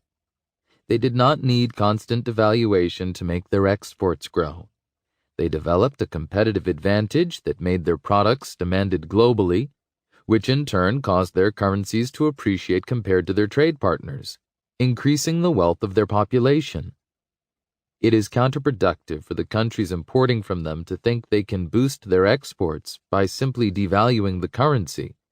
They would be destroying their people's wealth by simply allowing foreigners to purchase it at a discount. It is no coincidence that the countries that have seen their currencies devalue the most in the post-war period were also the ones that suffered economic stagnation and decline. But even if all of these problems with devaluation as the route to prosperity were inaccurate, there is one simple reason why it cannot work, and that is, if it worked, and all countries tried it, all currencies would devalue, and no single country would have an advantage over the others. This brings us to the current state of affairs in the global economy, where most governments attempt to devalue their currencies in order to boost their exports, and all complain about one another's unfair manipulation of their currencies. Effectively, each country is impoverishing its citizens in order to boost its exporters and raise GDP numbers, and complaining when other countries do the same. The economic ignorance is only matched by the mendacious hypocrisy of the politicians and economists parroting these lines. International economic summits are convened where world leaders try to negotiate each other's acceptable currency devaluation, making the value of the currency an issue of geopolitical importance. None of this would be necessary if only the world were to be based on a sound global monetary system that serves as a global unit of account and measure of value, allowing producers and consumers worldwide to have an accurate assessment of their costs and revenues, separating economic profitability from government policy. Hard money, by taking the question of supply out of the hands of governments and their economist propagandists, would force everyone to be productive to society, instead of seeking to get rich through the fool's errand of monetary manipulation. Chapter 7. Sound Money and Individual Freedom. Governments believe that when there is a choice between an unpopular tax and a very popular expenditure, there is a way out for them, the way toward inflation. This illustrates the problem of going away from the gold standard. Ludwig von Mises. Under a sound monetary system, government had to function in a way that is unimaginable to generations reared on the 20th century news cycle. They had to be fiscally responsible. Without a central bank capable of increasing the money supply to pay off the government debt, government budgets had to obey the regular rules of financial responsibility, which apply to every healthy normal entity, and which monetary nationalism has attempted to repeal and state education attempted to obfuscate. For those of us alive today, raised on the propaganda of the omnipotent governments of the 20th century, it is often hard to imagine a world in which individual freedom and responsibility supersede government authority. Yet such was the state of the world during the periods of greatest human progress and freedom. Government was restrained to the scope of protection of national borders, private property, and individual freedoms, while leaving to individuals a very large magnitude of freedom to make their own choices and reap the benefits or bear the costs. We start by critically examining the question of whether the money supply needs to be managed by the government in the first place, before moving to consider the consequences of what happens when it is. Should government manage the money supply? The fundamental scam of modernity is the idea that government needs to manage the money supply.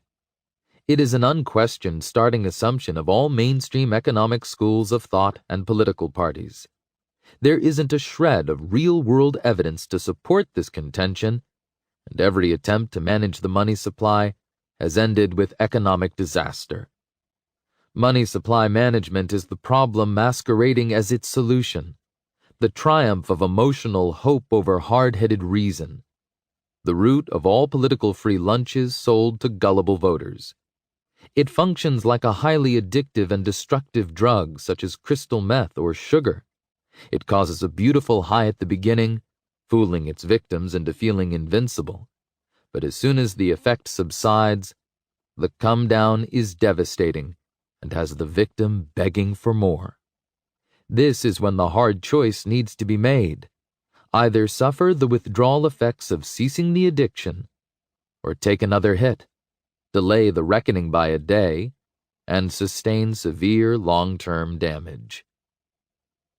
For Keynesian and Marxist economists, and other proponents of the state theory of money, money is whatever the state says is money, and therefore it is the prerogative of the state to do with it as it pleases, which is going to inevitably mean printing it to spend on achieving state objectives. The aim of economic research, then, is to decide how best to expand the money supply and to what ends. But the fact that gold has been used as money for thousands of years, from before nation-states were ever invented, is itself enough refutation of this theory. The fact that central banks still hold large amounts of gold reserves and are still accumulating more of it testifies to gold's enduring monetary nature, in spite of no government mandating it. But whatever historical quibbles the proponents of the state theory of money may have with these facts, their theory has been obliterated before our very eyes over the last decade by the continued success and growth of Bitcoin, which has achieved monetary status and gained value exceeding that of most state-backed currencies, purely due to its reliable salability, in spite of no authority mandating its use as money. There are today two main government-approved mainstream schools of economic thought: Keynesians and monetarists. While these two schools have widely disparate methodologies and analytical frameworks, and while they are engaged in bitter academic fights, accusing each other of not caring about the poor, the children, the environment, inequality, or the buzzword du jour, they both agree on two unquestionable truths. First, the government has to expand the money supply. Second, both schools deserve more government funding to continue researching really important big questions, which will lead them to find ever more creative ways of arriving at the first truth. It's important to understand the different rationales for the two schools of thought in order to understand how they can both arrive at the same conclusion and be equally wrong. Keynes was a failed investor and statistician who never studied economics, but was so well connected with the ruling class in Britain that the embarrassing drivel he wrote in his most famous book, The General Theory of Employment, Money, and Interest, was immediately elevated into the status of founding truths of macroeconomics. His theory begins with the completely unfounded and unwarranted assumption that the most important metric in determining the state of the economy is the level of aggregate spending across society. When society collectively spends a lot, the spending incentivizes producers to create more products, thus employing more workers and reaching full employment equilibrium. If spending rises too much, beyond the capacity of producers to keep up, it would lead to inflation and a rise in the overall price level. On the other hand, when society spends too little, producers reduce their production, firing workers and increasing unemployment, resulting in a recession. Recessions, for Keynes, are caused by abrupt reductions in the aggregate level of spending. Keynes was not very good with grasping the concept of causality and logical explanations, so he never quite bothered to explain why it is that spending levels might suddenly drop, instead just coining another of his famous clumsy and utterly meaningless figures of speech to save him the hassle of an explanation. He blamed it on the flagging of animal spirits. To this day, nobody knows exactly what these animal spirits are, or why they might suddenly flag. But that, of course, has only meant that an entire cottage industry of state-funded economists have made a career out of attempting to explain them, or finding real-world data that can correlate to them. This research has been very good for academic careers, but is of no value to anyone actually trying to understand business cycles. Put bluntly, pop psychology is no substitute for capital theory. Freed from the restraint of having to find a cause of the recession, Keynes can then happily recommend the solution he is selling. Whenever there is a recession or a rise in the unemployment level, the cause is a drop in the aggregate level of spending, and the solution is for the government to stimulate spending, which will in turn increase production and reduce unemployment. There are three ways of stimulating aggregate spending: increasing the money supply, increasing government spending, or reducing taxes. Reducing taxes is generally frowned upon by Keynesians. It is viewed as the least effective method, because people will not spend all the taxes they don't have to pay. Some of that money will be saved, and Keynes absolutely detested saving. Saving would reduce spending, and reducing spending would be the worst thing imaginable for an economy seeking recovery.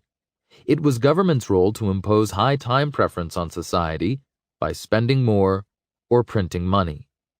Seeing as it is hard to raise taxes during a recession, government spending would effectively translate to increasing the money supply. This, then, was the Keynesian Holy Grail. Whenever the economy was not at full employment, an increase of the money supply would fix the problem. There is no point worrying about inflation, because as Keynes had showed, i.e., baselessly assumed, inflation only happens when spending is too high, and because unemployment is high, that means spending is too low. There may be consequences in the long run, but there was no point worrying about long-term consequences because, in the long run, we are all dead, as Keynes's most famous defense of high time preference libertine irresponsibility famously stated. The Keynesian view of the economy is, of course, at complete odds with reality. If Keynes's model had any truth to it, it would then necessarily follow that there can be no example of a society experiencing high inflation and high unemployment at the same time.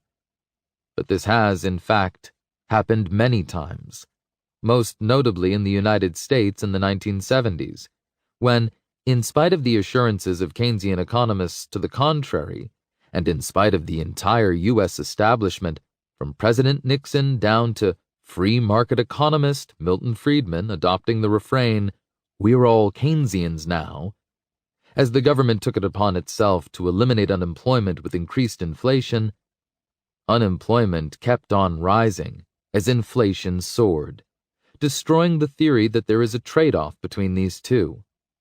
In any sane society, Keynes's ideas should have been removed from the economics textbooks and confined to the realm of academic comedy. But in a society where government controls academia to a very large degree, the textbooks continued to preach the Keynesian mantra that justified ever more money printing. Having the ability to print money, literally and figuratively, increases the power of any government, and any government looks for anything that gives it more power. The other main school of government-approved economic thought in our day and age is the monetarist school, whose intellectual father is Milton Friedman. Monetarists are best understood as the battered wives of the Keynesians. They are there to provide a weak, watered-down straw-man version of a free market argument to create the illusion of a climate of intellectual debate, and to be constantly and comprehensively rebutted to safely prevent the intellectually curious from thinking of free markets seriously. The percentage of economists who are actually monetarists is minuscule compared to Keynesians, but they are given far too much space to express their ideas as if there are two equal sides.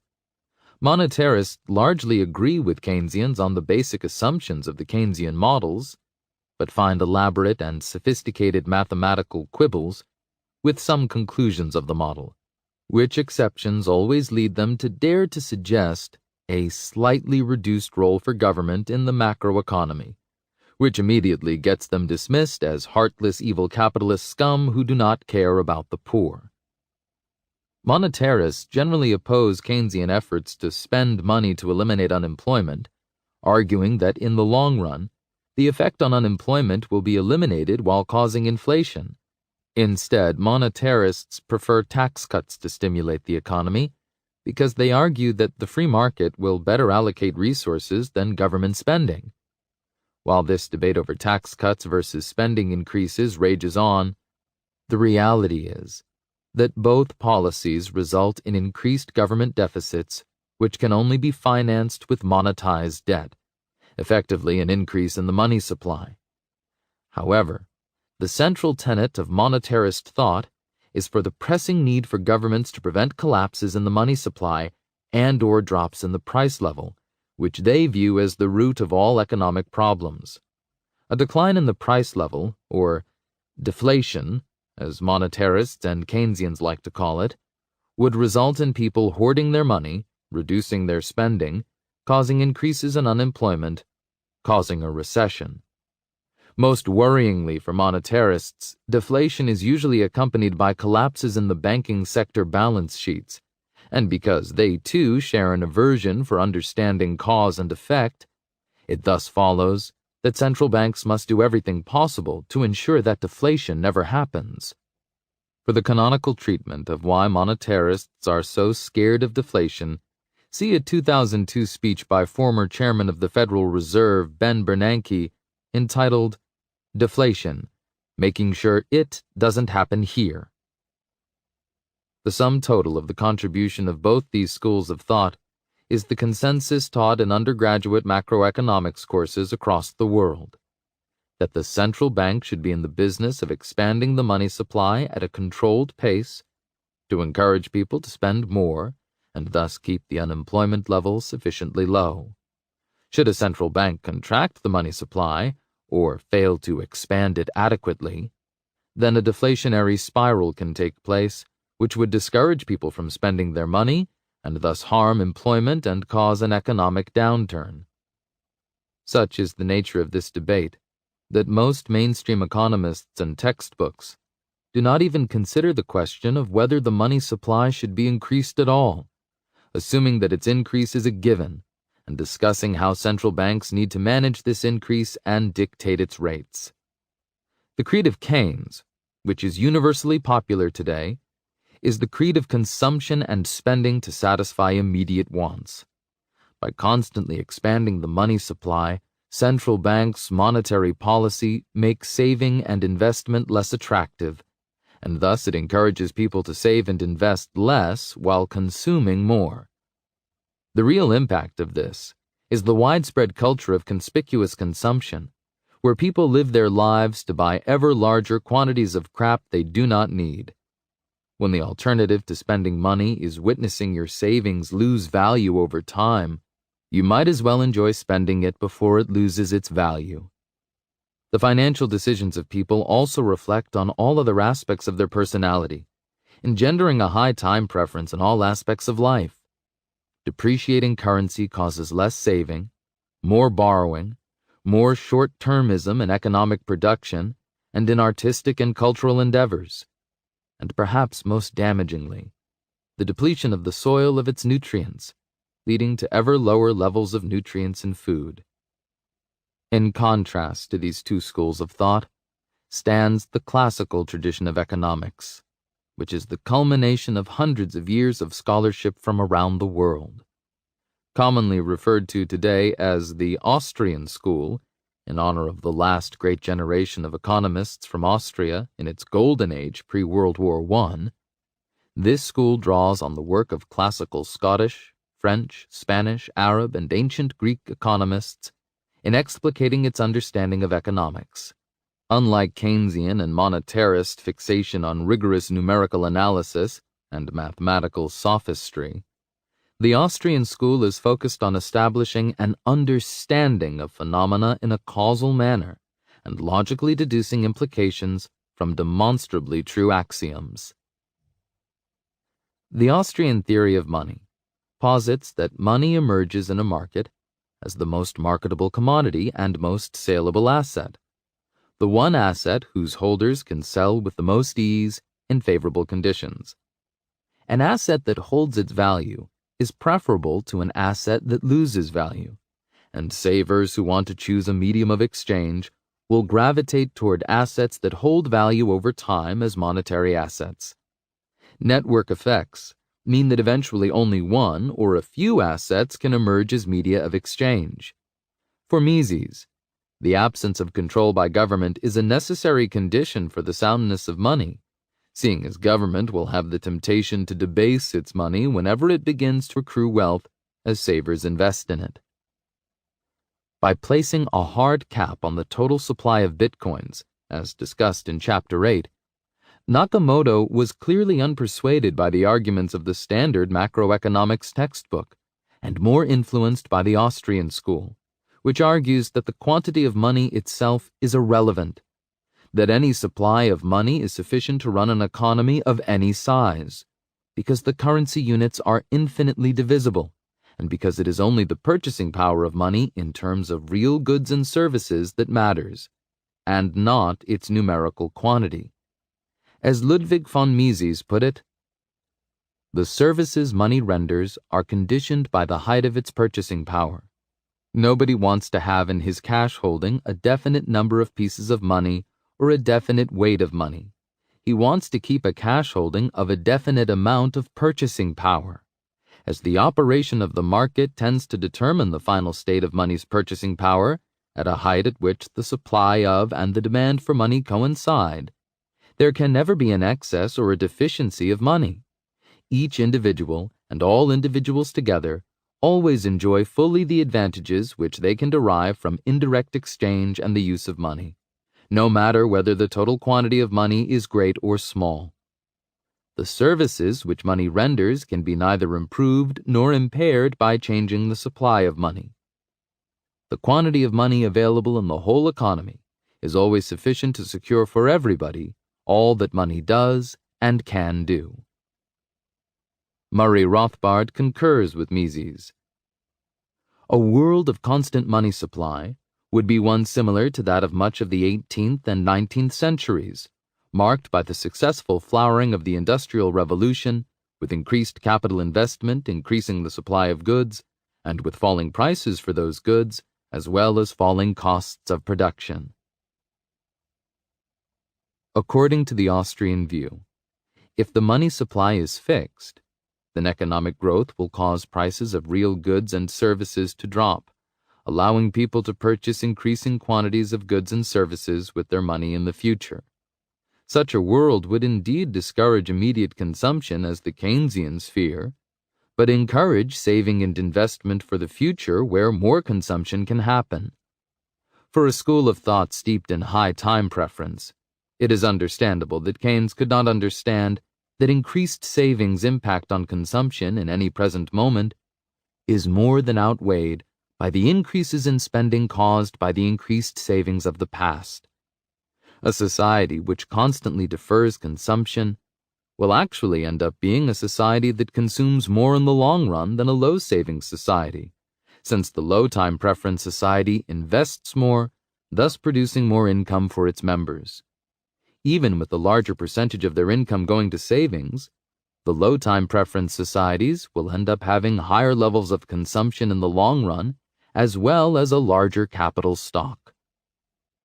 If society were a little girl in that marshmallow experiment, Keynesian economics seeks to alter the experiment so that waiting would punish the girl by giving her half a marshmallow instead of 2, making the entire concept of self-control and low-time preference appear counterproductive. Indulging immediate pleasures is the more likely course of action economically, and that will then reflect on culture and society at large. The Austrian school, on the other hand, by preaching sound money, recognizes the reality of the trade-off that nature provides humans, and that if the child waits, there will be more reward for her, making her happier in the long run, encouraging her to defer her gratification to increase it. When the value of money appreciates, people are likely to be far more discerning with their consumption and to save far more of their income for the future. The culture of conspicuous consumption, of shopping as therapy, of always needing to replace cheap plastic crap with newer, flashier cheap plastic crap, will not have a place in a society with a money which appreciates in value over time. Such a world would cause people to develop a lower time preference, as their monetary decisions will orient their actions toward the future, teaching them to value the future more and more. We can thus see how such a society would cause people not only to save and invest more, but also to be morally, artistically, and culturally oriented toward the long-term future. A currency that appreciates in value incentivizes saving, as savings gain purchasing power over time. Hence, it encourages deferred consumption, resulting in lower time preference. A currency that depreciates in value, on the other hand, leaves citizens constantly searching for returns to beat inflation, returns that must come with a risk, and so leads to an increase in investment in risky projects and an increased risk tolerance among investors, leading to increased losses. Societies with money of stable value generally develop a low time preference, learning to save and think of the future, while societies with high inflation and depreciating economies will develop high time preference as people lose track of the importance of saving and concentrate on immediate enjoyment. Further, an economy with an appreciating currency would witness investment only in projects that offer a positive real return over the rate of appreciation of money, meaning that only projects expected to increase society's capital stock will tend to get funded. By contrast, an economy with a depreciating currency incentivizes individuals to invest in projects that offer positive returns in terms of the depreciating currency, but negative real returns.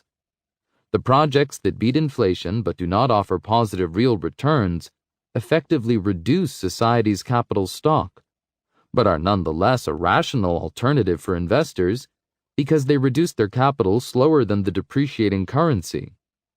These investments are what Ludwig von Mises terms malinvestments, unprofitable projects and investments that only appear profitable during the period of inflation and artificially low interest rates, and whose unprofitability will be exposed as soon as inflation rates drop and interest rates rise, causing the bust part of the boom and bust cycle. As Mises puts it, the boom squanders through malinvestment scarce factors of production and reduces the stock available through overconsumption. Its alleged blessings are paid for by impoverishment. This exposition helps explain why Austrian school economists are more favorable to the use of gold as money, while Keynesian mainstream economists support the government's issuance of elastic money that can be expanded at the government's behest. For Keynesians, the fact that the whole world's central banks run on fiat currencies is testament to the superiority of their ideas. For Austrians, on the other hand, the fact that governments have to resort to coercive measures of banning gold as money and enforcing payment in fiat currencies is at once testament to the inferiority of fiat money and its inability to succeed in a free market. It is also the root cause of all business cycles, booms, and busts. While the Keynesian economists have no explanation for why recessions happen, other than invoking animal spirits, Austrian school economists have developed the only coherent theory that explains the cause of business cycles, the Austrian theory of the business cycle. Unsound money and perpetual war. As discussed in Chapter 4 on the history of money, it was no coincidence that the era of central bank-controlled money was inaugurated with the First World War in human history. There are three fundamental reasons that drive the relationship between unsound money and war. First, unsound money is itself a barrier to trade between countries, because it distorts value between the countries and makes trade flows a political issue, creating animosity and enmity between governments and populations. Second, government having access to a printing press allows it to continue fighting until it completely destroys the value of its currency, and not just until it runs out of money. With sound money, the government's war effort was limited by the taxes it could collect. With unsound money, it is restrained by how much money it can create before the currency is destroyed, making it able to appropriate wealth far more easily. Third, individuals dealing with sound money develop a lower time preference, allowing them to think more of cooperation rather than conflict, as discussed in Chapter 5. The larger the extent of the market with which individuals can trade, the more specialized they can be in their production, and the larger their gains from trade. The same amount of labor expended working in a primitive economy of 10 people would lead to a far lower material living standard than if it had been expended within a larger market of 1,000 or 1 million people. The modern individual living in a free trading society is able to work for a few hours a day in a highly specialized job, and with the money she makes, she is able to purchase the goods she wants from whichever producers in the entire planet make them with the lowest cost and best quality monetary and to fully appreciate the gains from trade that accrue to you. Just imagine trying to live your life in self-sufficiency. Basic survival would become a very hard task for any of us, as our time is spent inefficiently and fruitlessly attempting to provide the very basics of survival to ourselves. Money is the medium through which trade takes place, and the only tool through which trade can expand beyond the scope of small communities with close personal relationships. For the price mechanism to work, prices need to be denominated in a sound form of